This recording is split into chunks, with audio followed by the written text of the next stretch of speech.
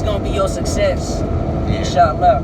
Inshallah, brother. So you know how everybody, whoever, all these famous, not famous, well-known podcasters and shit, right? People like start Joe their own YouTube Rogan. channels, yeah.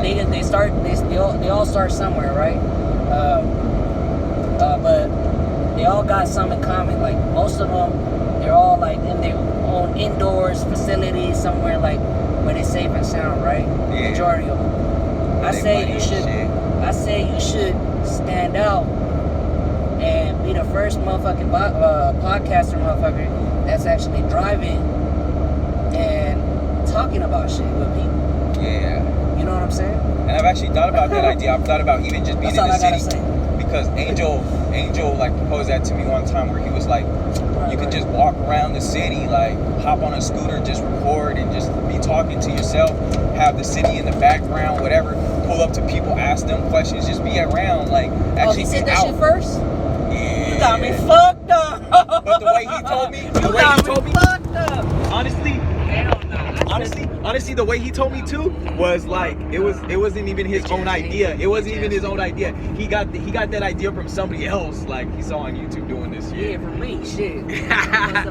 But like we said, like I hit the record button right now because me and bro, we've been on this road trip.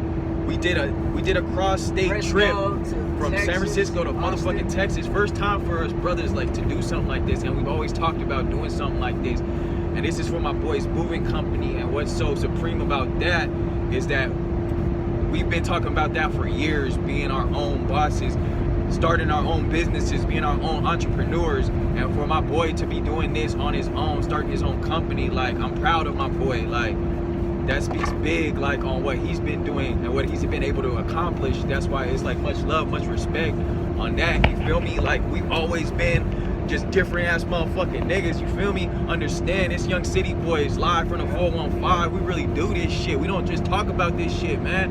We really fucking out here, you feel me? So, and the whole time we're on our way back to Texas. Like we've really literally been on the road for days. Trying to show them where we at and shit. Fuck, where we at right now? Oh, I wish I could, like, this ain't on Snapchat, so I can't turn the camera around, but there we go, man. We're passing through New Mexico. We just passed, just to get to Texas, we had to pass through Arizona, New Mexico. We've been on the road for days. We're on our way back, but it's like, also, like, all the discussions and the talks we've had since then, like, we could have been recording some shit. And that's why I'm doing this now. Like, that's always been the vision, like, to start my own shit, to just talk about shit, because we get deep on shit as just men, as brothers. We talk about shit that's just different. I don't know if women do that, right?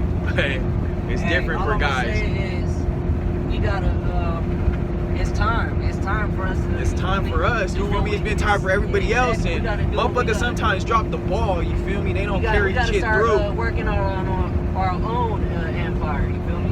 And that's what it is. That's what it is. The real vision is the empire. I had the vision. Like, it came to me like ever since last year, the way I just started talking about being honest with yourself, being honest with others, being honest with the world. Like, it'll all come back to you when you do that. Like, and I got that message from David Goggins, and we started talking about that, like how the message is living proof within somebody who says that, because he really did a like 180 turnaround with his life to becoming, like, losing all the weight he lost, being obese and everything, overweight. He had to lose weight, and not only that, but to become like just the machine he built himself to be. Like, became a Navy SEALs, did some of the hardest training you can on this planet, like anywhere, right?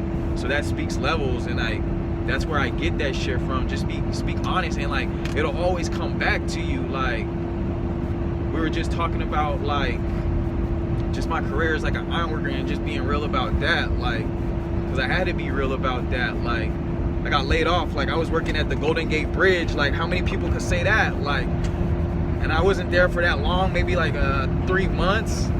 I broke my finger. I worked through that for like 3 weeks, and I told my boss, but I had like an apprentice class coming up the following week, so I didn't like say it to like take time off. I already had time off coming up. I just wanted to like bring it to their attention, almost to like let them know, like, yeah, like, I worked through that shit. You better give me mine, because I felt like that's why it was so real to me. Like, I already knew, like, the first couple weeks when I got there, I was fucking up. I was making all these mental mistakes, making all these mental errors at work. And there was one point, the second week at job, I was like, what's keeping me from like just walking off and saving myself from this embarrassment? I know this is an introduction, but at the same time, like, what are you doing now that's gonna affect your tomorrow? What are you working on now?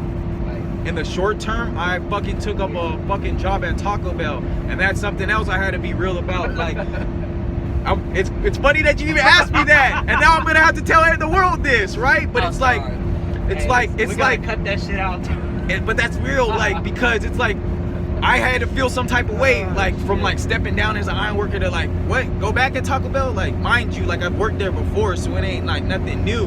But the fact that I'm taking a pay cut as what I was doing as an iron worker, especially the pride, like, how many other iron workers are doing that? How many other iron workers would be able to respect you off of that, right?